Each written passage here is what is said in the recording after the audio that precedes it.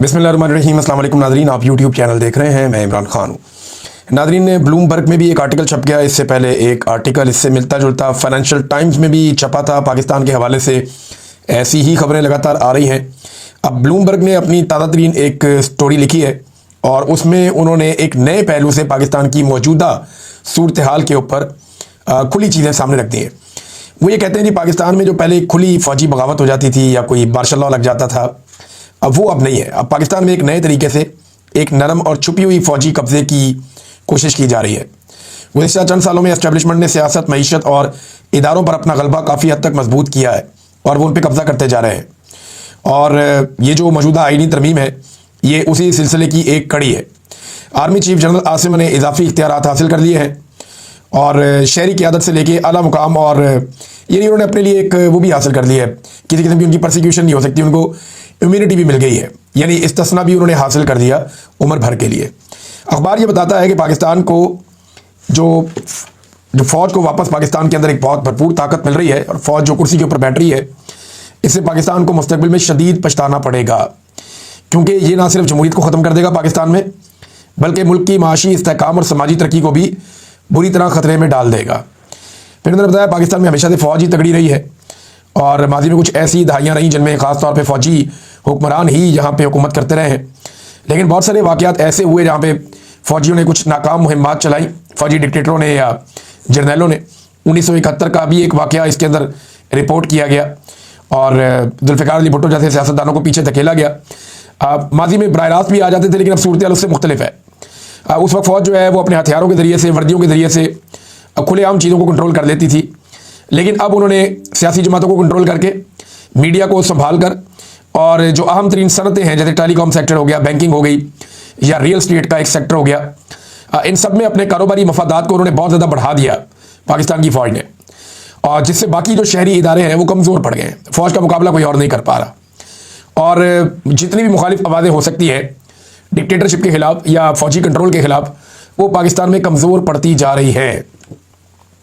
वो ये कह रहे हैं जो मौजूदा तरमीम हुई है इसकी वजह से आसिम मुनीर साहब को बहुत वसी इख्तियारात मिल गए हैं और सियासी फैसलों में उनका किरदार फैसला कुन हो गया है।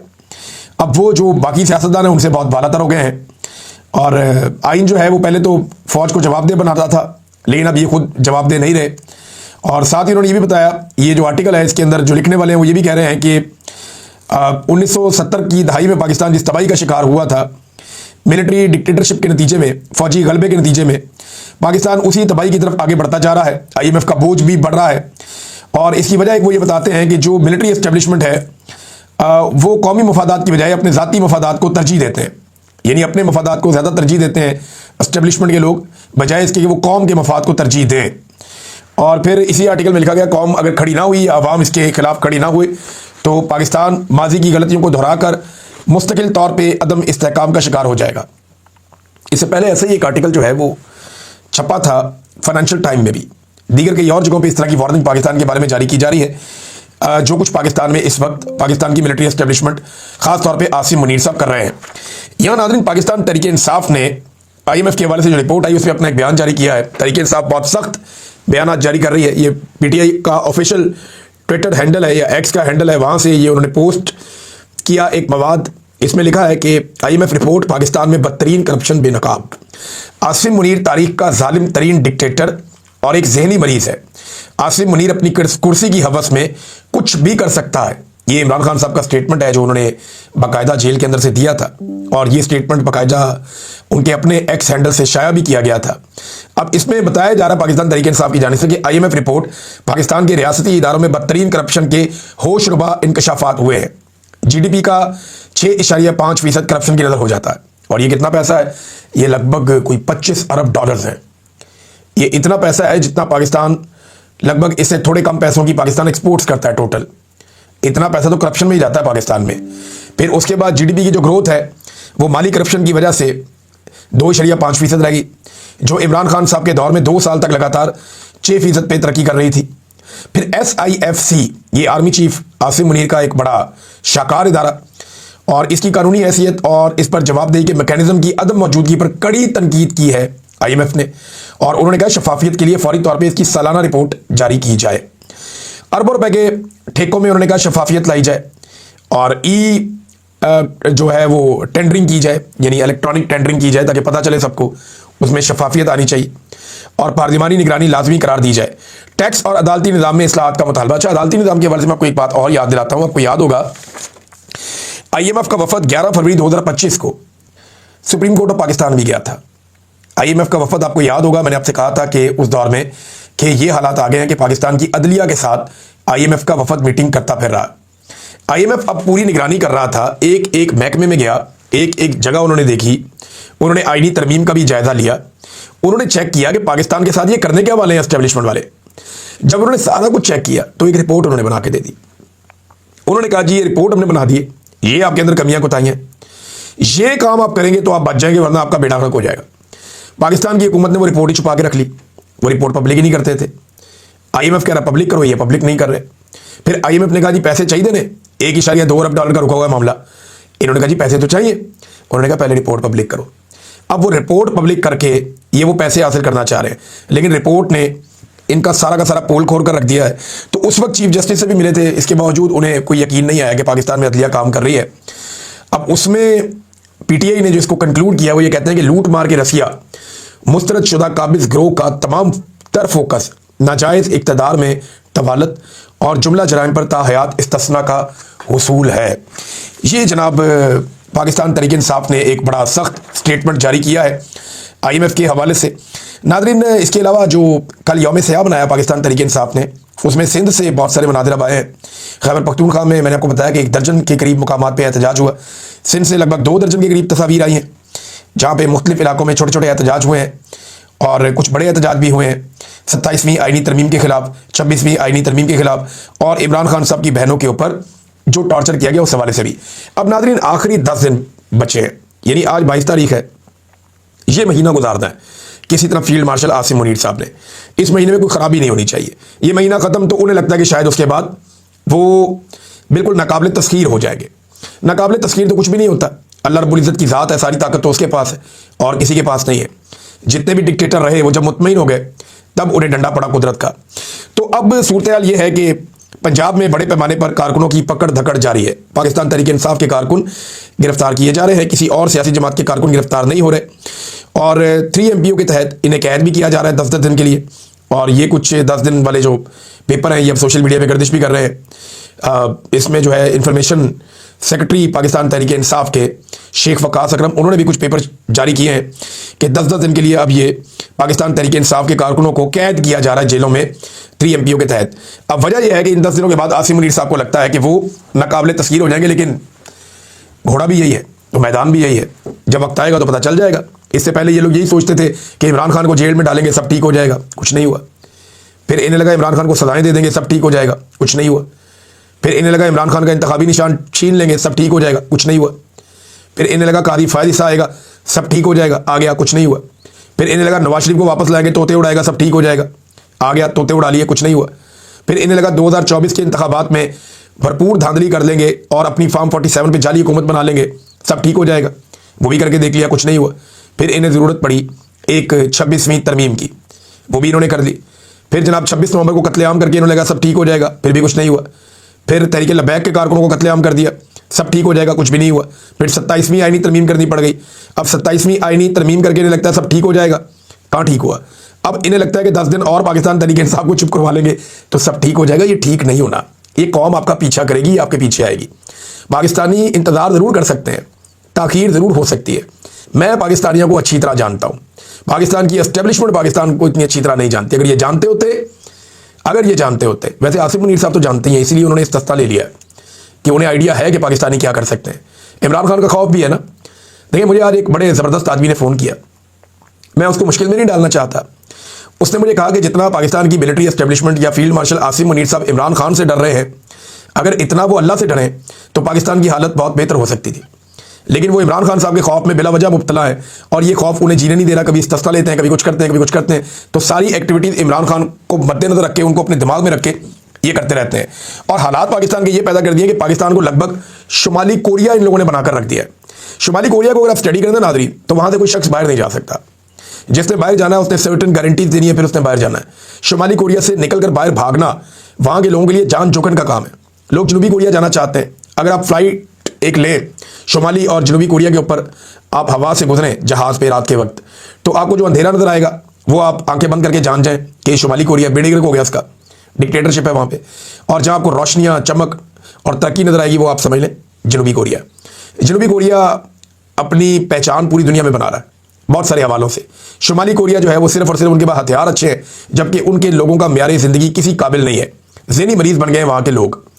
अब वो जो शुमाली कोरिया है वो ट्रैवल नहीं करने देते, यही पाकिस्तान में फार्मूला है। पाकिस्तान के एयरपोर्टों से बेशुमार लोगों को वापस भिजवाया जा रहा है। देखिए, कुछ लोग ऐसे होते हैं जो गैर कानूनी तरीके से बाहर जाना चाहते हैं, उनके ऊपर सख्ती हमेशा से होती रही है एयरपोर्ट के ऊपर, और FIA चेक करती रही है। उस मामले को आप मजीद बेहतर कर सकते हैं, मजीद सख्ती कर सकते हैं, ह्यूमन ट्रैफिकिंग को आप रोक सकते हैं। लेकिन जिन लोगों के पास कागजात हैं, जिन लोगों के पास पासपोर्ट है, असली वीज़ा है, जिनके पास टिकट है, जिनके पास वसाइल हैं, जो पाकिस्तान से बाहर जाते रहते हैं, जाना चाहते हैं, उन्हें रोकना दानिशमंदी नहीं है। लेकिन पाकिस्तान की मिलिट्री एस्टेब्लिशमेंट को इस बात की बड़ी शर्मिंदगी है कि क्यों पाकिस्तान दुनिया में नंबर 1 आ गया, जिसके शहरी उस मुल्क को छोड़ छोड़ कर जा रहे हैं। इसकी इन्हें बड़ी तकलीफ हुई है। पहले जैसे कहते थे ब्रेन गेन हो रहा है, आसिम मुनीर साहब ने खुद कहा था कि ये ब्रेन गेन है। ये वही वक्त है जब आसिम मुनीर साहब ने ये भी कहा था कि फॉरवर्डेड एज रिसीव्ड, ये भी उन्होंने उसी वक्त बात की थी, इसका बड़ा मीम बन गया था बाद में। लेकिन उन्होंने कहा कि ब्रेन गेन हो रहा है, और अब उस ब्रेन ड्रेन को रोकने की कोशिश कर रहे हैं। ऐसे नहीं रुकना, पॉलिसियों से रुकना है। लोग पाकिस्तान नौकरियां करने आ सकते हैं अगर आप पाकिस्तान को सही ट्रैक पे चला दें तो। पाकिस्तानी पाकिस्तान से बाहर नहीं जाना चाहते, पाकिस्तान में रहना चाहते हैं, अगर उन्हें पाकिस्तान में वसाइल मिले तो। नाज़रीन, एक और बड़ी खौफनाक खबर है, ये काफ़ी दिनों से चल रही थी, अब दोबारा सामने आ गई है, मैं आपके सामने रखता हूँ कि पश्तून तहफ़्फ़ुज़ मूवमेंट के 6 कारकुन जो लापता हो गए थे। ये वो कारकुनान हैं, जब आपको याद होगा ये आए थे एक जगह में, उसके बाद इनके कारकुन लापता कर दिए गए थे। तो 6 कारकुन पेशावर से लापता हुए, इनके बारे में अभी तक कुछ पता नहीं चल रहा। वज़ीर आला खैबर पख्तूनख्वा ने इसका सख्त नोटिस लिया था, सख्त रद्द-ए-अमल भी दिया था, और उन्होंने वार्निंग भी दी थी, लेकिन उनकी वार्निंग का कोई फ़ायदा नहीं हुआ और ना कोई एक्शन हुआ उसके बाद। अब पता यह करना चाहिए कि ये जो 6 कारकुन पश्तून तहफ़्फ़ुज़ मूवमेंट के उठाए गए, ये तो आए थे जरगे के चक्कर में। अब इनके जो लोग उठाए गए, 2 लोग तो जरगे में भी आए थे इनके। अब ये लोग जो उठाए गए हैं, इनके हवाले से क्या कोई मुकदमा दर्ज किया गया, क्या कोई तफ्तीश की गई, क्या कोई किसी नुक्ते तक पहुंचेंगे जनाब ये कहाँ गए, किधर से निकले, कोई CCTV फुटेज, कोई और चीज़ पेशावर के अंदर से उठाए गए हैं। तो वज़ीर आला ने इस पर स्टेटमेंट दिया था, लेकिन इन बंदों का अभी तक पता नहीं चल रहा। इनके अंदर नूरुल्लाह तरीन है, हनीफ पश्तीन है, सैयद इरफानुल्लाह है, फरहान वज़ीर है, अदनान वज़ीर है, हबीब वज़ीर है। एक दिन पहले पेशावर में तलबा ने इसके ऊपर बड़ा एहतजाज भी किया, बहुत बड़ा एहतजाज वो कर रहे थे, और वो ये मुतालबा कर रहे थे हुकूमत से भी और एजेंसियों से भी कि जबरी तौर पे लापता किए गए इन कारकुनान को वापस किया जाए। अब इस पर एमनेस्टी इंटरनेशनल ने साउथ एशिया का जो इनका एक पूरा पोर्शन है, उन्होंने एक मुतालबा भी किया है, और उसके ऊपर एक उन्होंने स्टेटमेंट भी जारी किया है। उनका स्टेटमेंट क्या कहता है ये जरा देखिए आप। वो बता रहे हैं जनाब कि ये कारकुनान जो है ये लापता हो गए हैं, और 12 नवंबर से अब तक ये लापता है, लगभग 10 दिन हो गए हैं, अभी तक इनको कुछ पता नहीं चल रहा। और ये एक नॉर्मल रूटीन बनती जा रही है खैबर पख्तूनख्वा में और बलूचिस्तान में कि वहाँ पे नौजवानों को लापता किया जाता है। लगातार ये वाक़यात हो रहे हैं। इस पर इन्होंने 3 किस्म की डिमांड्स की हैं। नंबर 1, इन्हें फौरी तौर पर जो है वो बाजियाब करवाया जाए ताकि ये वापस आएँ महफूज तरीके से।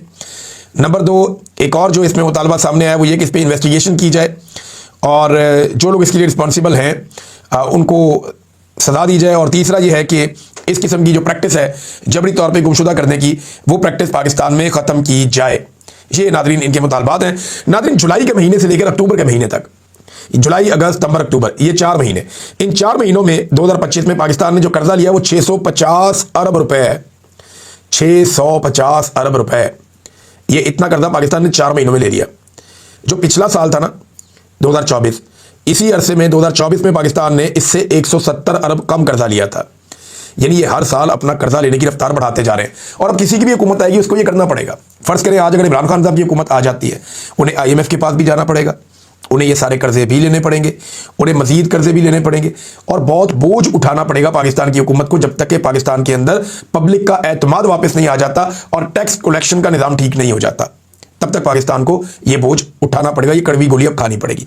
बेड़ा गर्क कर दिया मिलिट्री एस्टेब्लिशमेंट ने, ये जो टोला मुसल्लत किया पाकिस्तान के अंदर, इसके साथ मिलकर पाकिस्तान की मईशत का। नाज़रीन, सलमान अकरम राजा साहब ने एक खबर दी और उन्होंने बताया उनके बकौल कि इमरान खान साहब की जो जेल में मुलाकातें नहीं ना हो रही, इसके ऊपर सुप्रीम कोर्ट ऑफ पाकिस्तान में जो पिटीशन की गई है वो अब आईनी अदालत सुनेगी। अब जेल के अंदर एक कैदी बंद है और कानून के मुताबिक उसकी मुलाकातें उसकी फैमिली से होनी चाहिए। अब ये आईनी मसला तो नहीं है कि इसको वफाकी आईनी अदालत में आप ले जाएंगे। अगर ये वाले मामला भी वफाकी आईनी अदालत के अंदर जाएंगे, जैसे कि सलमान अकरम राजा साहब का एक मैं स्टेटमेंट पढ़ रहा था, अगर इस किस्म के मामला वफाकी आईनी अदालत में जाएंगे तो सुप्रीम कोर्ट ऑफ पाकिस्तान क्या करेगा? क्या वो मियाँ बीवी की सुलह कराएगा, या कोई करियाना स्टोर के केसेस सुनेगा, या कोई लेन देन के मामला तय करवाएगा, या कोई जरगे करवाएगा? क्या करेगा सुप्रीम कोर्ट ऑफ पाकिस्तान? फिर तो अमली तौर पे सुप्रीम कोर्ट ऑफ पाकिस्तान खत्म हो गया। और शायद इसीलिए दो मुअज़्ज़िज़ जज साहिबान ने उसे इस्तीफा भी दे दिया सुप्रीम कोर्ट ऑफ पाकिस्तान के जज की हैसियत से। तो एक और नाज़रीन चीज़ सामने आ रही है आजकल, DGISPR दौरे कर रहे हैं यूनिवर्सिटीज़ के। इस्लामाबाद से पहले खबर आई और फिर एक खबर आई कराची से। ये खबर जो है तारिक मतीन साहब ने दी है कि बड़ी सख्ती की गई तलबा के ऊपर, वहाँ पे भी DGISPR गए। अब मामला ये है कि इन्हें क्यों जाना पड़ता है बार बार, और ये चीज़ें पब्लिक क्यों नहीं होती? देखिए, अगर DGISPR गए हैं तो TV चैनल्स की DSNGs वहाँ पर लगाई जाए, लाइव कवरेज करवाई जाए, पता चले कि बच्चे उन्हें क्या पूछ रहे हैं और वो बच्चों को क्या बता रहे हैं। ज़रूरी तो ये है ना। देखिए, बच्चों को जाके आप उनसे बातचीत करते हैं, अगर तो वो बातचीत अच्छी हो रही है और उस बातचीत से अच्छी चीज़ें निकल रही हैं या फ़ायदा हो रहा है ISPR को, तो वो ज़रूर इसको पब्लिक करेंगे। लेकिन जो इतलात आ रही हैं वो ज़रा अलग है। वो ये है कि वहाँ पे एक हॉस्टाइल किस्म का इन्वायरमेंट बनाया जाता है, बच्चों की हाज़िरी यकीनी बनाई जाती है और हौसला शिकनी की जाती है सख्त सवालात के हवाले से। लेकिन इसके बावजूद तलबा बहुत सख्त सवालात करते हैं और बहुत सारी चीज़ें जो उनके दिमाग में हैं वो फिर पूछते हैं, और बहुत सारी चीज़ों का सवाल कुछ और जवाब कुछ होता है। और इसीलिए हम नॉर्मली देखते हैं कि एक खामोश वीडियो जारी कर दी जाती है जिसके अंदर वो वैसे ही हो वीडियो शेडी होती है, या कोई सेलेक्टिव किस्म के क्वेश्चंस और सेलेक्टिव किस्म के आंसर जारी कर दिए जाते हैं। मेरे ख्याल में अगर जाना चाहते हैं DGISPR तो बड़े बड़े तालीमी इदारों में जाएँ, तलबा को खुला मौका दें कि जो आप सवाल करना चाहते हैं आप करें, और ना सिर्फ खुला मौका दें तलबा को, बल्कि इसको लाइव करें, सोशल मीडिया पे इसको लाइव दिखाएं, ताकि कौम को पता चले कि तलबा क्या सोच रहे हैं और उनके ख्यालात क्या है और आप उन ख्यालात को कैसे रिस्पॉन्ड कर रहे हैं। ये तो हो गया जमहूरी तरीक़ाकार। अब अगर आपने इस तरह चलाना है मामला तो हमें क्या पता कि अंदर क्या हो रहा है, और दिखाना चाहिए। अगर बयानिया बन रहा हो तो ज़रूर दिखाएंगे। मुझे ऐसा लगता है कि अभी बयानिया बन नहीं रहा, बयानिया वही बन रहा है जो कैदी नंबर 804 बना रहा है जेल में बैठ के, और इस वक्त तो उसको बयानिया बनाने से भी रोका गया है। कैद तन्हाई में डाला हुआ इमरान खान को गुज़िश्ता लगभग 17-18 दिन हो गए और अभी तक मिलने नहीं दिया गया। मैंने आपसे कहा था ना कि जब तक कि आसिम मुनीर साहब का काम मुकम्मल नहीं हो जाएगा वो कोशिश करेंगे कि इमरान खान को कैद तन्हाई में रखा जाए। अब तक के लिए इतना ही। अपना ख्याल रखिएगा, अपने चैनल का भी। अल्लाह हाफ़िज़।